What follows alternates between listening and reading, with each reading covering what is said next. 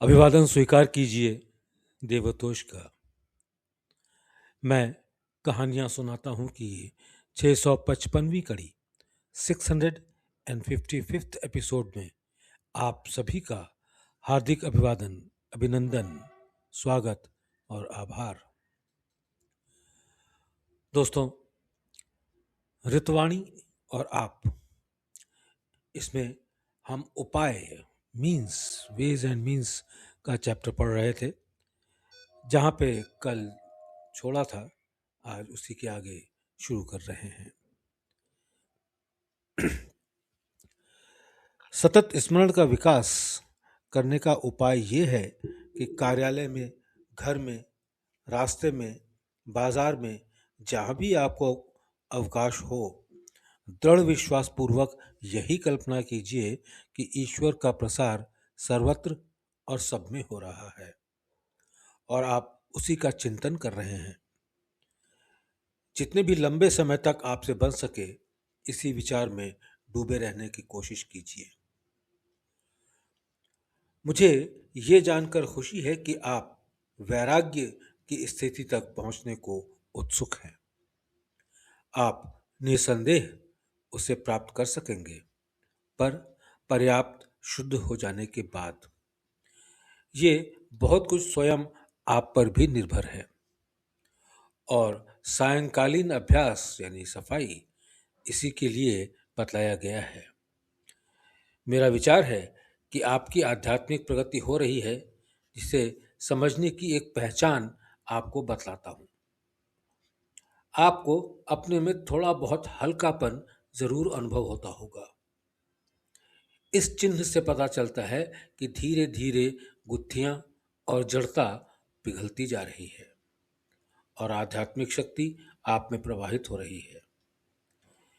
इसका अनुभव करने की कोशिश करिए और उसकी सूचना मुझे दीजिए। अगर दिन में आपको ध्यान के लिए समय न मिलता हो तो रात में सोते समय या मध्य रात्रि के पश्चात यानी थोड़ी देर सोने के बाद करिए, जब चारों ओर के वातावरण में सब कुछ नीरव और शांत हो जाता है। ऐसी स्थिति में पहले सायंकालीन सफाई की क्रिया से आरंभ कीजिए। करीब 15 मिनट तक ये कर लेने के बाद लगभग घंटे भर तक बताए गए अनुसार ध्यान कीजिए।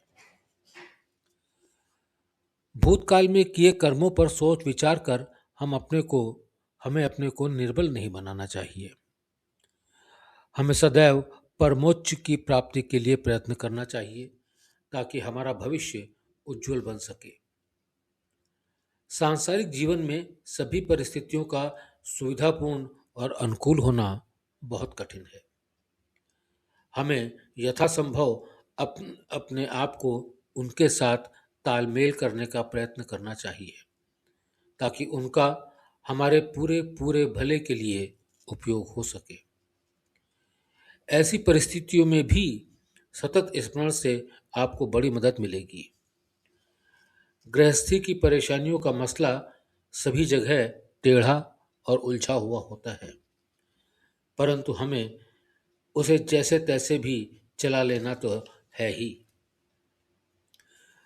प्रतिदिन के अभ्यास में एक चीज और सम्मिलित करनी है।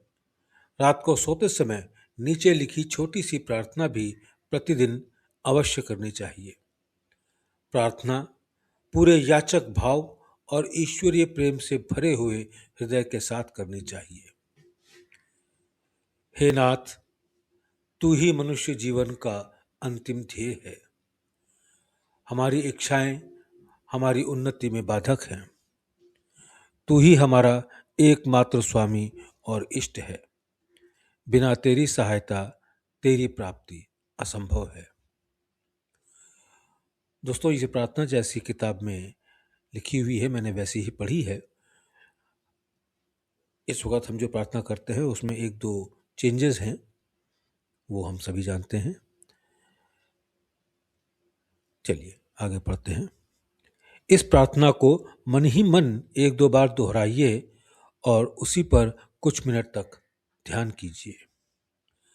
प्रार्थना इस प्रकार की जानी चाहिए जैसे कोई अत्यंत दीनहीन व्यक्ति अपने कष्टों को अत्यंत दुखी हृदय से सद्गुरु ईश्वर के सम्मुख रख रहा है तथा अश्रुपूरित नेत्रों से उसकी दया और कृपा की याचना कर रहा है, तभी वह आध्यात्मिकता का सुपात्र जिज्ञासु हो सकता है।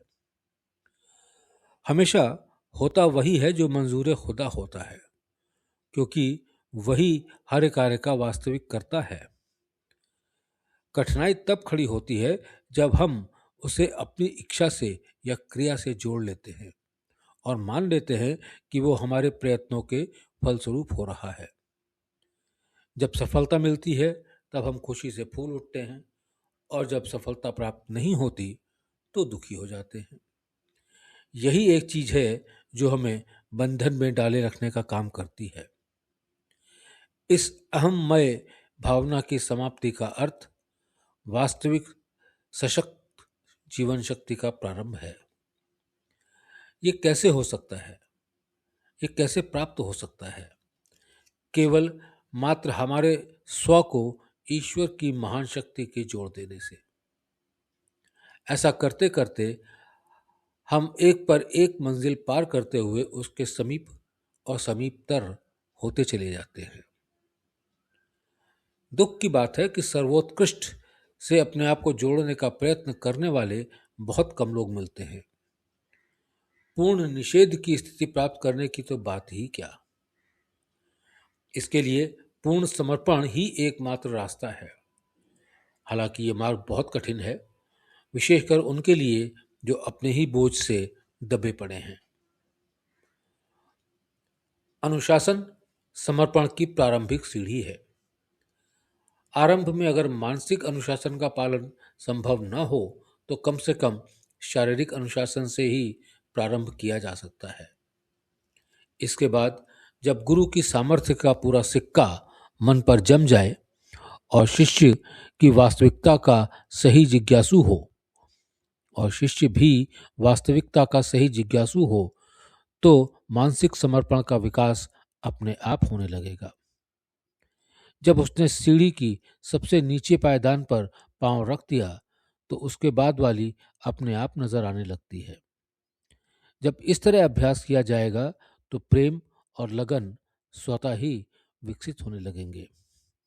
विशेषकर जब सद्गुरु के गुणों को विशेषकर जब सद्गुरु के गुणों में पूर्ण विश्वास बैठ गया हो।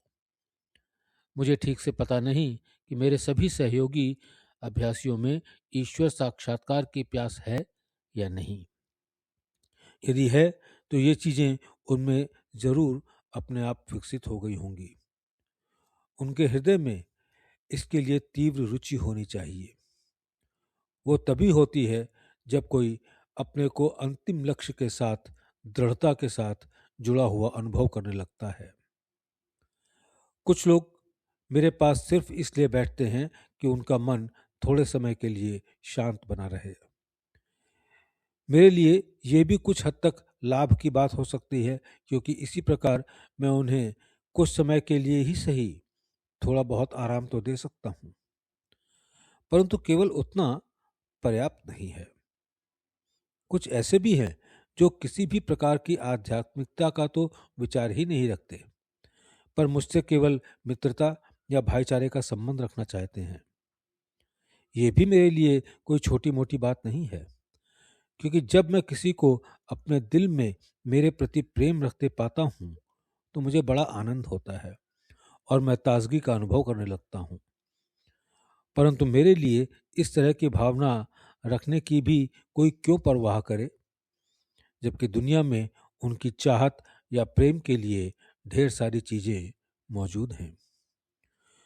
जो या तो स्वयं अपने को खो चुका है या खोया जाना पसंद करता है या सर्वस्व खोने को तैयार है, सिर्फ ऐसा ही कोई संभवतः मेरी तरफ झुकाव रखने वाला निकल आवे। मेरे मन की वृत्ति कुछ अजीब सी है। अपने आप को पूरी तरह खोकर मैं अब चाहता हूं कि दूसरे मुझे अब खोज निकालें। मैं मानता हूं कि कोई भी समझदार आदमी ऐसा करने को कभी तैयार नहीं होगा। शायद यही कारण है कि मैं औरों के हृदय में भावना जगाने में असमर्थ रहता हूं, क्योंकि मुझमें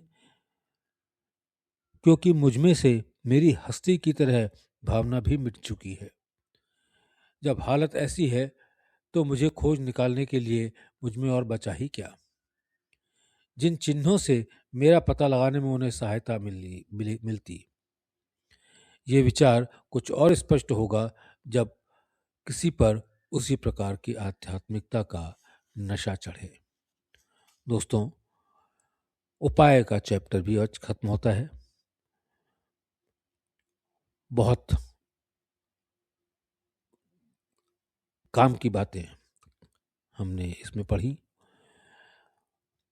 इस पे सिर्फ पढ़ करके ही हमको नहीं रहना है, उनको अपनी लाइफ में उतारते भी चलेंगे। आप सबने समय दिया, इसको सुना, उसके लिए आप सभी का बहुत बहुत धन्यवाद।